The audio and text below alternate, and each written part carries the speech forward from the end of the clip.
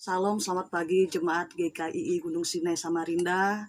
Selamat bertemu, walaupun kita bertemu hanya lewat media elektronik, tapi hal ini tidak mengurangi ucapan syukur kita. Tetapi dari sini kita dapat belajar bagaimana ibadah dimanapun kita masih bisa melakukannya. Kita bersyukur sampai detik ini kita masih dapat beribadah, walaupun situasinya seperti ini. Baik, pada Minggu 5 April 2020, saya diberikan kesempatan untuk menyampaikan kebenaran firman Tuhan, tetapi sebelum itu mari kita berdoa. Bapa di sorga, Bapa yang kami sembah, hanya di dalam nama Yesus kami mengucap syukur atas segala kemurahan-Mu ya Tuhan, sehingga pada saat ini kami boleh memuji dan memuliakan nama-Mu, walaupun kami memuji hanya di rumah saja, tapi kami percaya di mana 2 atau 3 orang berkumpul di dalam nama-Mu, Engkau hadir. Dan kami hari ini akan belajar dari kebenaran firman-Mu. Kami mohon pertolongan dari Roh Kudus untuk memberikan kami pengertian, hikmat, dan akal budi, sehingga kami mengerti akan kebenaran firman-Mu dan kami dapat menjadi pelaku firman-Mu. Berbicara kepada kami Tuhan, karena kami siap untuk mendengar dan melakukan firman-Mu. Haleluya, amin. Baik, untuk tema kita ya, tema khotbah saya pada Minggu 5 April 2020 ini, temanya adalah Yesus Kristus keselamatan hidup kekal, dalam Nats Yohanes 3 ayat 16. Karena begitu besar kasih Allah akan dunia ini, sehingga Ia mengaruniakan anaknya yang tunggal, supaya setiap orang yang percaya kepadanya tidak binasa, melainkan beroleh hidup yang kekal. Dan untuk diketahui bersama bahwa tema besar 2020 khususnya GKI Gunung Sinai Samarinda adalah Injil 4 berganda sebagai Kristosentris GKI atau Gereja Kemah Injil Indonesia.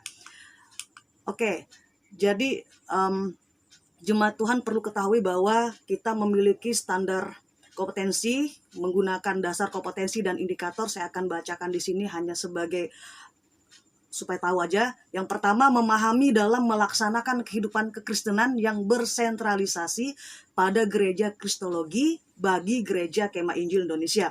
Lalu dasar kompetensinya adalah memahami sebagai penghayatan dalam kehidupan kekristenan yang bersentrisme kepada Yesus Kristus Juru Selamat. Lalu yang ketiga adalah indikator.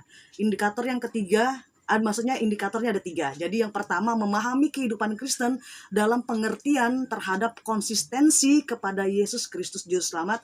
Lalu yang kedua, menghayati sebagai perwujudan kehidupan Kristen yang berorientasi kepada alasan-alasan Yesus Kristus Juru Selamat. Lalu yang terakhir, mewujudkan eksistensi dalam konsistensi yang menghayati keteladanan Yesus Kristus Juru Selamat. Baik, hari ini kita akan bahas khusus salib ya. Jadi salib ini adalah melambangkan Yesus Kristus Juru Selamat, dan ini adalah logo atau lambang dari Gereja Kemah Injil Indonesia. Jadi kita akan khusus membahas. Lalu bicara tentang salib atau Yesus Kristus Juru Selamat, ayat yang digunakan sebagai pondasinya adalah Kisah Para Rasul pasal 4 ayat yang ke-12. Dan keselamatan tidak ada di dalam siapapun juga selain di dalam Dia, sebab di bawah kolong langit ini tidak ada nama lain yang diberikan kepada manusia yang olehnya kita dapat diselamatkan. Baik. Oke, kalau kita kembali di dalam Yohanes pasal 3 ya, Yohanes pasal 3 ayat yang ke-16, karena begitu besar kasih Allah akan dunia ini sehingga Ia telah mengaruniakan anak yang tunggal supaya setiap orang yang percaya kepadanya tidak binasa melainkan beroleh hidup yang kekal. Lalu kita perlu tahu apa sih latar belakangnya ya? Apa sih latar belakang dari Yohanes 3 ayat 16 ini sampai bisa ditulis? Kalau kita baca dari ayat yang pertama sampai ayat yang ke-36 ya tentunya. 36, di situ bicara tentang percakapan antara Nikodemus dan Yesus. Nah, kita perlu tahu siapa Nikodemus. Jadi Nikodemus ini adalah seorang pemimpin agama Yahudi. Pemimpin agama Yahudi. Tentunya Nikodemus adalah orang yang sangat dikenal oleh orang-orang Yahudi itu sendiri. Lalu dia bertemu Yesus di waktu malam. Kenapa dia bertemu Yesus di waktu malam? Kenapa enggak pagi hari? Kenapa enggak siang hari? Jadi di sini kenapa Nikodemus bertemu Yesus di waktu malam, ya tentunya kalau misalnya dia bertemu Yesus di waktu pagi atau siang, pasti orang-orang tahu dia mau bertemu dengan siapa. Tetapi Nikodemus mengambil waktu di malam hari supaya tidak ada orang yang tahu pada saat dia datang kepada Yesus. Oke, Yohanes 3 ayat 16. Nah, kita kembali. Yohanes 3 ayat 16 ini merupakan pernyataan yang disampaikan Yesus kepada Nikodemus bahwa kasih Allah itu sungguh besar. Kasih Allah itu sungguh besar akan dunia ini. Dan dialah satu-satunya jalan menuju keselamatan. Dia adalah jalan menuju hidup yang kekal. Pertanyaannya, mengapa Yesus Kristus disebut sebagai juru selamat menuju hidup kekal?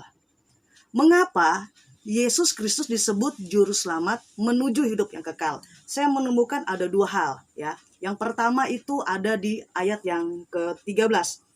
Saya akan bacakan. Tidak ada seorang pun yang telah naik ke sorga selain daripada Dia yang telah turun dari sorga, yaitu Anak Allah. Lalu yang kedua ada di ayat yang ke-16 itu sendiri.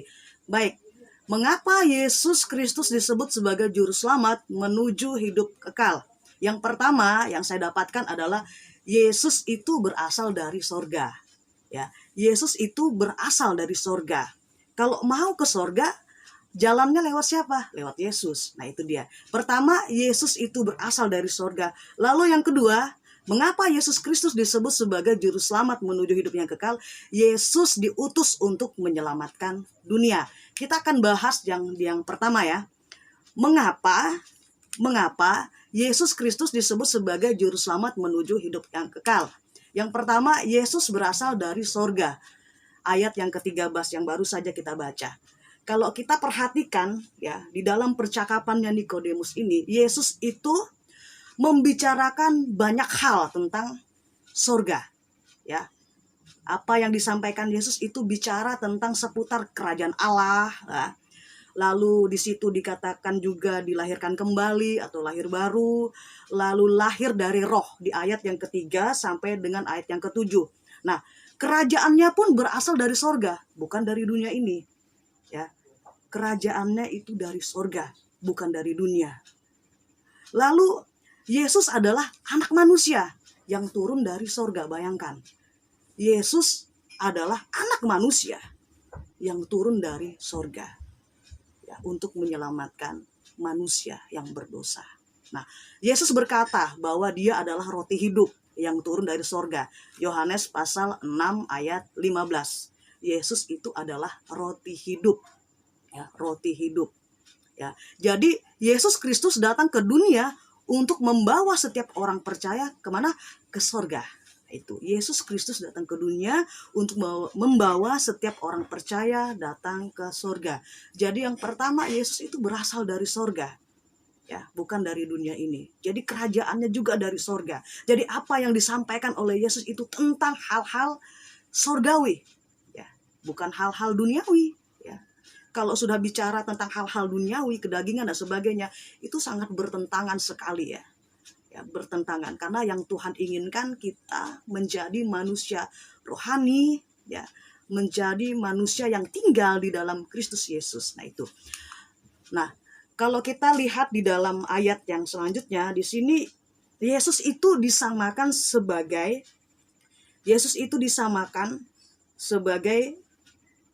di ayat yang ke-14. Dan sama seperti Musa meninggikan ular di padang gurun, demikian juga anak manusia harus ditinggikan. Jadi Yesus disamakan atau Yesus menyamakan dirinya sebagai ular tembaga di padang gurun. Kalau namanya itu Nehustan. Masih di dalam bagian ini, Yesus menyamakan dirinya seperti ular tembaga di padang gurun di dalam Bilangan pasal 21 ayat 9. Nah, setiap orang yang dipatuk ular ya, dan memandang kepada ular tembaga itu, ia tetap beroleh hidup. Ya, ia tetap beroleh hidup. Kenapa? Ya. Kenapa? Karena ada pengharapan. Ya, karena ada pengharapan. Jadi Yesus menyamakan dirinya seperti ular tembaga, atau bahasa lainnya ya yang saya temukan Nehustan. Tapi Nehustan itu sudah dihancurkan. Jadi itu gambaran. Baik. Lalu pada saat kita memandang kepada salib Yesus, ya, Setiap orang yang percaya kepada Yesus pasti akan diselamatkan. Ya, pasti akan diselamatkan. Sama seperti orang-orang Israel pada saat mereka dipagut ular di padang gurun, mereka memandang kepada ular tembaga itu yang tergantung di kayu ya, kayu, mereka beroleh hidup. Bilangan 21 ayat 6 sampai 8. Nah, jadi di sini kita melihat bahwa Musa saja meninggikan ular di padang gurun itu. Ya, demikian Yesus pun layak gitu ya. Yesus pun layak ditinggikan karena dia adalah pokok keselamatan yang abadi. Ya, pokok keselamatan yang abadi di dalam Ibrani pasal 5 ayat 8 sampai yang ke-9. Jadi, poin pertama adalah Yesus itu berasal dari sorga. Lalu, ini ada pertanyaan yang sering saya lontarkan ke anak murid saya mengenai kalau disuruh pilih mana nih? Pilih sorga atau pilih Yesus? Ya, saya selalu sampaikan itu ke anak-anak murid saya. Ya, pada saat ibadah, saya tanya, kamu pilih sorga atau pilih Yesus? Kadang mereka bingung, kadang mereka dengan cepat, oh saya pilih Yesus. Alasannya kalau saya pilih Yesus, saya pasti dapat sorga, katanya begitu. Dan memang benar, pada saat kita percaya kepada Yesus sebagai Tuhan dan Juru Selamat, kita pasti akan diselamatkan. Tentu kita akan mengalami sorga pada saat kita berada di dalam Yesus. Nah, itu dia ya. Kalimat pilih sorga atau pilih Yesus itu hanya istilah agar lebih mudah dimengerti, karena saya sering menggunakan istilah ini. Nah, tetapi memang sebenarnya kalau kita kembali kepada kebenaran firman Tuhan, ya, Yesuslah yang memilih kita sehingga kita boleh diselamatkan. Kunci menuju hidup kekal hanya melalui Yesus dan tidak ada yang lain. Oke, yang kedua. Mengapa Yesus dikatakan juru selamat menuju hidup yang kekal? Yang kedua, saya temukan di ayat yang ke-16. Karena Yesus diutus untuk menyelamatkan dunia. Yesus itu diutus untuk menyelamatkan dunia. Nah, yang pertama di situ saya temukan supaya setiap orang yang percaya itu tidak binasa. Ya. Supaya setiap yang percaya tidak dihukum. Nah, jadi kita pilih. Pilih lagi. Jadi kita maunya seperti apa? Mau percaya dan diselamatkan atau tidak percaya dihukum? Nah, itu ada dua hal ya. Jadi kembali lagi ya, Yesus diutus untuk menyelamatkan dunia. Nah, Yesus diutus untuk menyelamatkan dunia, tetapi tidak semua orang di dunia menerima dia sebagai penyelamat. Ya, mengapa? Karena mereka tidak mau percaya. Ya, mereka tidak mau percaya. Nah, di ayat yang ke-16b dan ayat yang ke-17 menekankan supaya setiap orang itu percaya. Tuhan mau, Yesus mau kita itu percaya pada dia sebagai Tuhan Juru Selamat. Kalau kita tidak percaya, yang terjadi adalah hukuman. Ya, hukuman itu ada di atas kita. Karena Tuhan Yesus tidak pernah menginginkan kita itu dihukum. Tuhan Yesus tidak ingin kita itu dibinasakan. Nah, kita kembali, berarti keselamatan yang diberikan Yesus hanya bagi orang percaya saja. Ya, keselamatan yang diberikan Yesus hanya bagi orang yang percaya kepadanya. Oke, kita masuk di kata percaya. Kalau kita lihat kata percaya ini mungkin simpel saja. Percaya, sekedar percaya. Tapi percaya di sini bukan sekedar percaya, iya aku percaya, enggak kayak gitu. Ya, kata percaya dalam Yohanes 3 ayat 16 itu mengandung 3 unsur. Yang pertama bicara tentang keyakinan yang kokoh bahwa Yesus adalah anak Allah. Ya, keyakinan yang kokoh bahwa Yesus adalah anak Allah dan ia satu-satunya juru selamat umat manusia. Jadi percaya di sini memiliki keyakinan yang kokoh. Ya, keyakinan. Kalau bicara percaya itu bukan di mulut, tetapi percaya ini bicara tentang sikap hati kita. Kalau dari mulut itu mengaku, ya, mengaku Yesus sebagai Tuhan dan Selamat. Percaya itu percaya di dalam hati. Lalu yang kedua, unsur yang kedua adalah persekutuan yang menyangkal diri dan ketaatan kepada Kristus. Ya, persekutuan yang menyangkal diri dan ketaatan kepada Kristus. Jadi kalau kita ikut Kristus, ikut Yesus, kita harus sangkal diri, ya, menyangkal segala kedagingan yang ada. Memang berat ya, sangat berat, karena kita masih hidup, kita masih tetap terus berjuang bagaimana kita menjadi seperti yang Tuhan inginkan. Tentunya bukan dengan kekuatan kita, tetapi dengan kekuatan Roh Kudus yang ada di dalam kehidupan kita. Lalu yang ketiga, ya, unsur yang ketiga dari kata percaya itu sendiri, percaya adalah ya kepercayaan penuh di dalam Kristus bahwa Ia mampu dan bersedia menuntun hidup kita sehingga keselamatan kekal dan persekutuan dengan Allah di sorga. Jadi bicara tentang kepercayaan penuh, benar. Jadi percayanya ini total, ya, totalitas di dalam Kristus. Bahwa Kristus itu mampu menolong kita, mampu menyediakan, mampu untuk menuntun kita sampai menuju kepada keselamatan kekal. Nah itu dia ya. Jadi kata percaya ini bukan hanya tok sekedar percaya, tetapi lebih daripada itu. Lalu ada kata binasa ya. Ada kata binasa.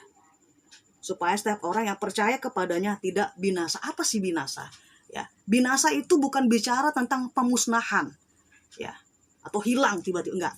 Binasa itu merujuk kepada hukuman kekal yang mengerikan. Jadi binasa itu bukan merujuk kepada kematian jasmani, tetapi merujuk kepada hukuman kekal yang sangat mengerikan. Nah, saya dapatkan ada dua. Ya, yang pertama itu di dalam Matius pasal 10 ayat 28b mengatakan bahwa takutlah kepada Dia yang berkuasa membinasakan baik jiwa maupun tubuh di dalam neraka. Takutlah kepada Dia. Dia ini Yesus. Kenapa kita harus takut kepada Dia? Karena Dia, itu Yesus, dapat membinasakan baik jiwa maupun tubuh kita di dalam api neraka. Nah, oleh karena kasih-Nya Dia tidak menginginkan kita binasa. Ya, jadi yang Tuhan inginkan adalah kita percaya penuh kepada Dia. Nah, jadi bicara lagi tentang binasa. Binasa ini bukan bicara tentang pemusnahan atau hilang ya. Karena ada pengajaran-pengajaran ya, pengajaran dari luar sana mengatakan bahwa kalau kita mati ya sudah hilang gitu kan, nggak ada tanggung jawab gitu ya. Nggak ada tanggung jawab. Ya jadi kalau kayak gitu seperti hewan ya, mati ya udah mati gitu kan. Tetapi tidak bagi manusia. Manusia itu punya roh. Jadi pada saat manusia itu mati, rohnya kembali kepada Allah. Jiwanya, jiwanya ini, kalau dia percaya kepada Kristus, jiwanya bersama dengan Kristus juga. Nah, lalu yang kedua, ya, tadi di dalam Matius pasal 10 ayat 28b, ya, jadi takutlah kepada Dia yang berkuasa membinasakan baik jiwa maupun tubuh di dalam neraka. Nah, binasa bicara tentang hukuman yang mengerikan, hukuman yang kekal. Lalu yang kedua itu di dalam 2 Tesalonika pasal 1 ayat 9. Di situ dikatakan binasa itu dijauhkan dari hadirat Tuhan dan dari kemuliaan kekuatannya. Bayangkan kalau misalnya kita dijauhkan dari hadirat Tuhan, yang terjadi adalah kekhawatiran. Lalu lebih daripada itu ya, kekhawatiran, kebencian, tidak ada kasih karena dijauhkan dari hadirat Tuhan. Nah, jadi kalau sudah bicara tentang binasa ini sangat mengerikan. Ya, sangat mengerikan. Baik, jadi ada dua kata ya di situ, percaya dan yang kedua itu binasa. Nah, dalam pelajaran kita pada hari ini Tuhan inginkan bahwa kita itu fokus ya. Fokus kita sebagai orang percaya itu kepada siapa? Apakah kepada berkat-Nya? Ataukah kepada kesembuhannya, ataukah kepada kekuatannya, ataukah kepada kuasanya, ataukah kepada mujizatnya, atau kepada surganya. Ya, jadi yang Tuhan inginkan adalah pada saat kita percaya sebagai Tuhan, ya, kita percaya Yesus sebagai Tuhan dan Juru Selamat, Tuhan mau supaya kita ini fokus. Fokusnya bukan kepada berkat-Nya, tetapi kepada pribadi Yesus itu sendiri. Ya, pada pribadi Yesus itu sendiri. Jadi kalau bicara tentang yang ini tadi ya, Injil 4 berganda. Jadi yang Tuhan inginkan adalah kita berfokus kepada Kristus. Jadi ini bicara tentang kristosentris. Yesus itu sebagai pusat hidup kita.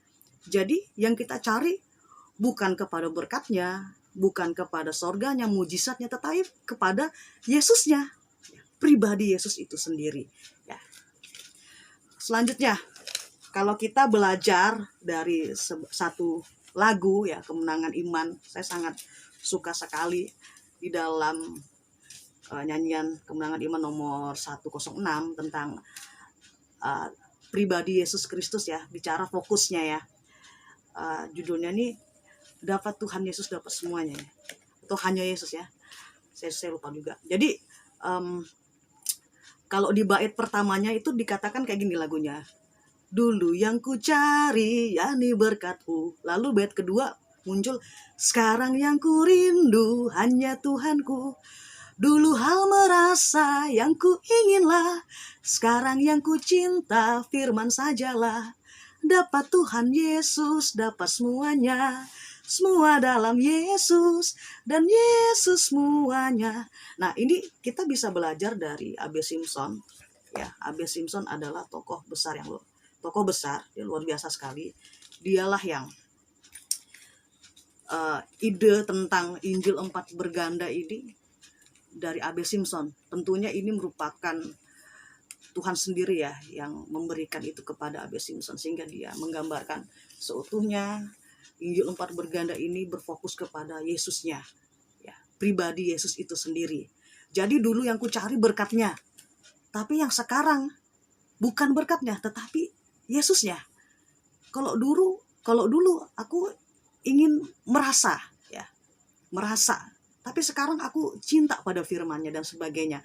Jadi bisa dinyanyikan, bisa dibaca lagi di dalam Kemenangan Iman nomor 106. Jadi fokus A.B. Simpson itu hanya pada pribadi Yesus itu sendiri. Nah, demikian juga kita sebagai orang percaya. Jadi fokus kita kepada siapa? Fokus kita kepada Yesus atau fokus kita kepada berkat? Pada saat kita tidak memperoleh berkat lagi, kita jadi kecewa. Kita lalu marah kepada Yesus. Nah, jadi orang Kristen yang sejati tidak akan bersikap seperti itu. Dia akan mencari pribadi itu, yaitu Yesus. Ya, bukan cari mujizatnya. Sekarang ini banyak ya. Sekarang ini banyak orang cari mujizatnya, nggak cari Yesusnya. Nah, ini kita. Nah, dari ini kita boleh belajar bagaimana yang Tuhan inginkan melalui firman-Nya. Tuhan mau kita ini cari Dia seperti Maria yang duduk di bawah kaki Yesus, mendengarkan Yesus berkata-kata. Ya, makanya Yesus sangat memuji Marta. Bukan Marta ya, Maria. Oke. Dan kesimpulan kita pada hari ini adalah dari tema kita ya, Yesus Kristus juru selamat hidup kekal ya. Yang pertama, Yesus itu adalah keselamatan itu sendiri. Yesus adalah juru selamat. Lalu yang kedua, Yesus itu adalah satu-satunya jalan menuju hidup kekal. Tanpa Yesus, kita tidak akan pernah memperoleh hidup yang kekal itu. Lalu Yesus itu berasal dari sorga, ingin membawa kita orang yang percaya ini kepadanya, tinggal bersama Dia di sorga. Siapa yang gak mau? Ya, hanya orang yang membingungkan aja ya kali ya. Kalau misalnya ada orang yang nggak mau, aduh sangat disayangkan. Ya, tapi kita berdoa buat mereka selagi masih ada kesempatan untuk hidup ya, masih ada kesempatan bernafas, tidak ada kata terlambat. Kalau Roh Kudus sudah bekerja, mereka boleh percaya. Ya, Yesus adalah pribadi yang diutus Allah untuk menyelamatkan kita yang berdosa. Ya. Lalu Yesus mau kita berfokus pada Dia, bukan kepada berkatnya, bukan kepada mujizatnya, kesembuhannya, kuasanya, bahkan surganya. Yesus mau kita berfokus kepada Dia. Dan yang terakhir, ingat bahwa dapat Tuhan Yesus, dapat semuanya. Semua dalam Yesus dan Yesus semuanya. Amin. Mari kita berdoa. Bapa di sorga, Bapa yang kami sembah hanya di dalam nama Yesus, kami mengucap syukur dan terima kasih atas segala kebaikan dan penyertaan-Mu, sehingga kami boleh belajar bersama-sama dari kebenaran firman-Mu. Ampuni kami, bahkan hamba-Mu, apabila ada perkataan-perkataan yang tidak berkenan, Mohon Engkau kuduskan dan sucikan. Terima kasih buat kebenaran firman-Mu yang menguatkan dan meneguhkan kami. Terima kasih buat ibadah walaupun secara online dan tidak bertatap muka satu sama lain, tapi itu tidak mengurangi ucapan syukur kami kepada Engkau ya Tuhan, karena sampai detik ini Engkau masih memberikan kesempatan bagi kami untuk beribadah. Kami tutup pemberitaan firman pada pagi hari ini. Haleluya. Amin. Salam.